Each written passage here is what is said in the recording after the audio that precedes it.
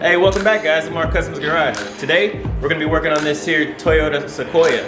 We're gonna give it a nice proper facelift with the Coastal Offroad High Clearance front bumper. Let's check it out. So this is what we got here, man. When I tell you this stuff is sharp, I'm not even joking, dude. Look at this. It's like they cut this stuff out of a water jet or something. I mean, it is really nice. So, if you guys were ever curious what it takes to build one of these bumpers, stay tuned and watch this video.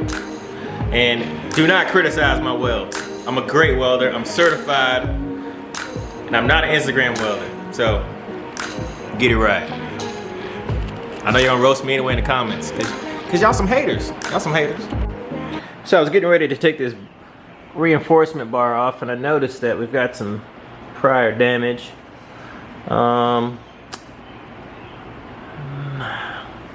I was thinking we could have some frame damage, but looking at the frame, I don't see any buckles anywhere that are visible.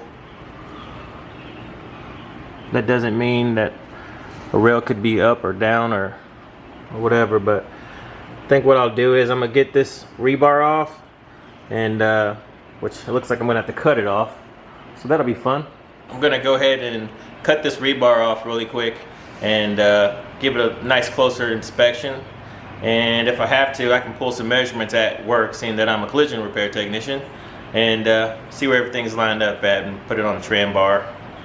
But yeah, so that's the next step. Let's go.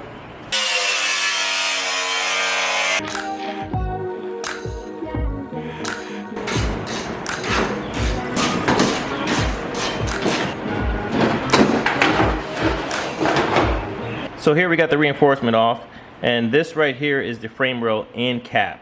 So on both frame rail end caps, they are damaged. So this lower piece is actually pushed outwards and the top piece is pushed inwards. Frame rail end caps can be repaired. We could replace it if we wanted to, but it's not really necessary. It's just 14 gauge.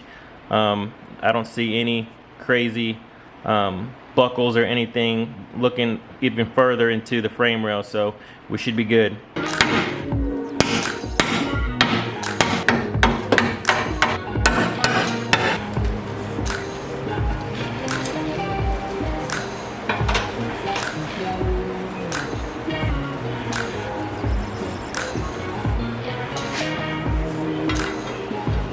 Alright, so we got the mounting plates on. I got everything squared up and level where it needs to be. Everything's at a 90, perfect 90 right now. And when you do this, don't forget there's some secondary mounting bolts that you'll need to align. So go ahead and make sure that you got that clearance on each side. There's 2 of these bolts, and you should be good.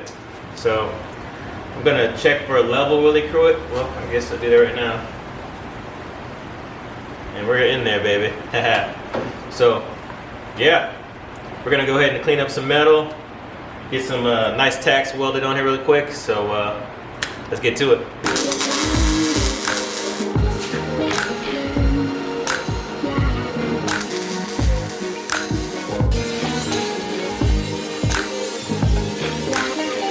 We're gonna weld it right here. 1, 2, 3 tacks.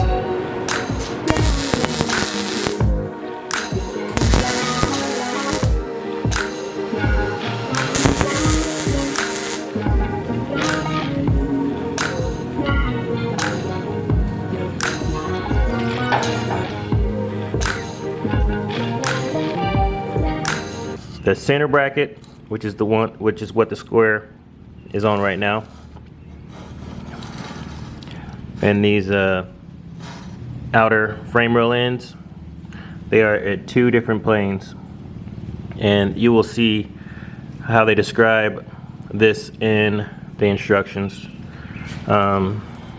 it's just fine. So don't worry if you run into this. We're gonna take this plate right here, and we're gonna weld it in, well, tack weld it in, and then put the center plate in, and it's all good. It'll be all good. So don't worry if you run into that. It's the same on each side.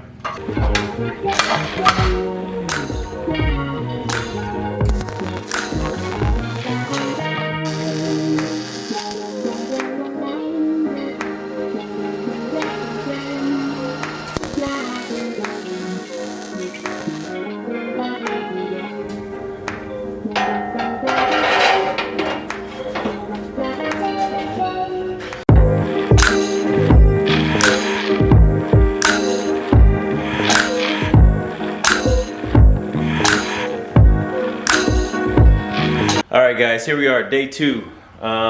We have run into a ADD problem. Attention to detail. Is that right? I don't know. ADD? Something like that, right? Anyways, check it out. So, this plate that we had mounted on the front bumper here, this is the center of this bumper. Coastal Offroad wants us to weld this portion to the front bumper plate. But let me show you something really quick. If you're thinking about building one of these, this is very important if you're concerned about corrosion protection. So this exposed area right here that's underneath this plate, this top plate or mid plate, all this right here is going to get enclosed. All this right here. All this is going to get enclosed right here. And my concern is that if this is all raw steel, how are you going to prime it? How are you going to paint it? How are you going to seal it to prevent it from corroding and rusting in the future? So that's my concern right now. So what I'm going to do is I'm going to wire brush all these welds that I put in here. I'm going to prime all of this before I continue.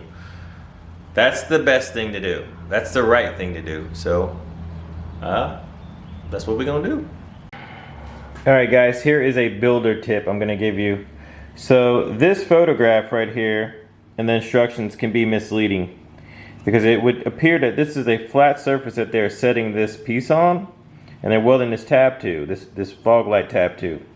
But that is not, it's just not true. So let me just put it this way. You can't tell that the thickness of this side of this piece or that side in that photo. But apparently there is a thick side and there is a skinny side. The thick side is going to be the area where you weld the fog light tab to, okay? It does not look like you just can't make it out in that photograph at all. But this is how you're going to weld that tab, just like so, okay? So lay out these two pieces, 1 and 2, in this orientation, okay? Just like so. That's gonna weld right there. And that is gonna weld right there, all right? Pro tip, if you did it the other way, and you thought that was the flat side right there, you're gonna be cussing, all right? So I'm glad I didn't do that. And I looked at the photos a little bit further in these instructions. Well, even right here. I'm sorry, here. Right here. You can tell that the lower piece right here is wider than the top. Alright? Makes sense? I hope it does. And I hope this helps you out in your build.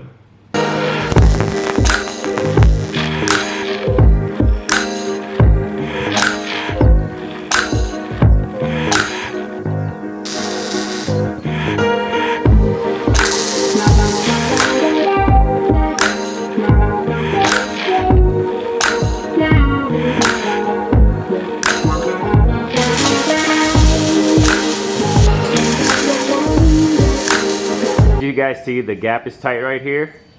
That is not okay, but that is exactly why we centered up those slots centered with the mounting point. So we've got at least a good 1/2 inch.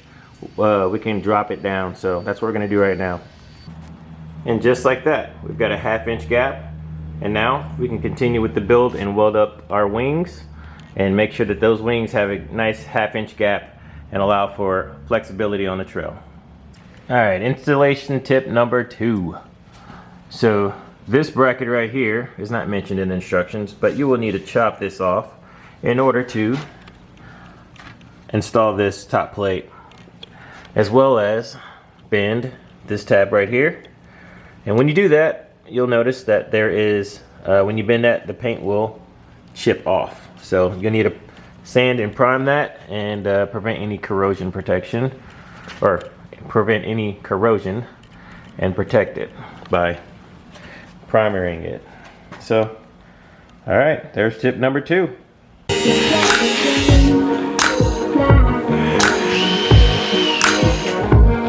So I came up with a better idea. I went ahead and made a slit right here and then folded that piece in. I think that's a better option.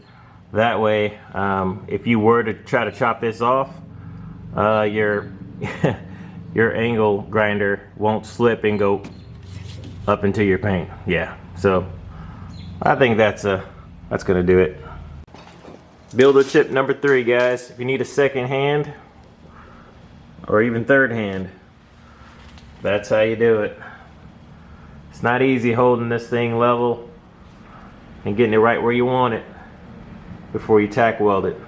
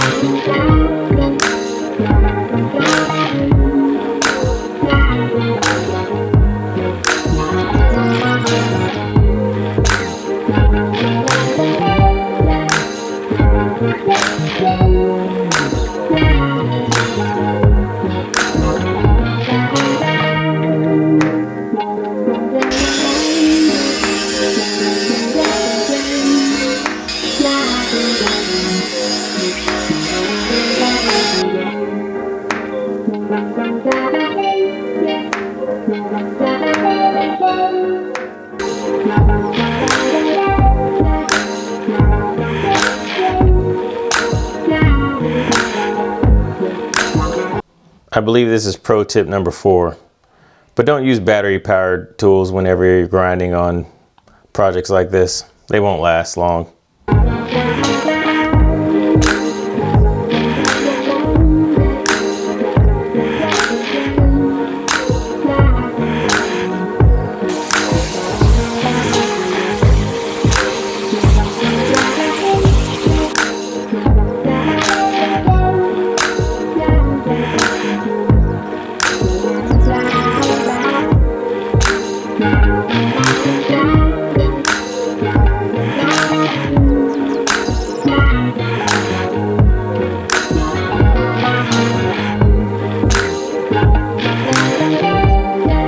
Oh yeah.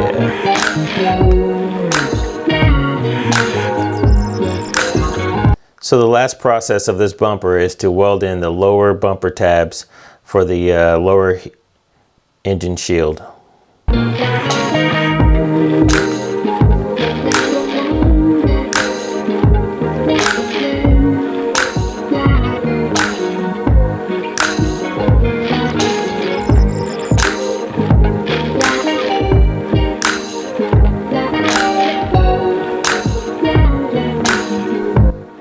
I gotta say, this Coastal Offroad bumper was really fun to put together.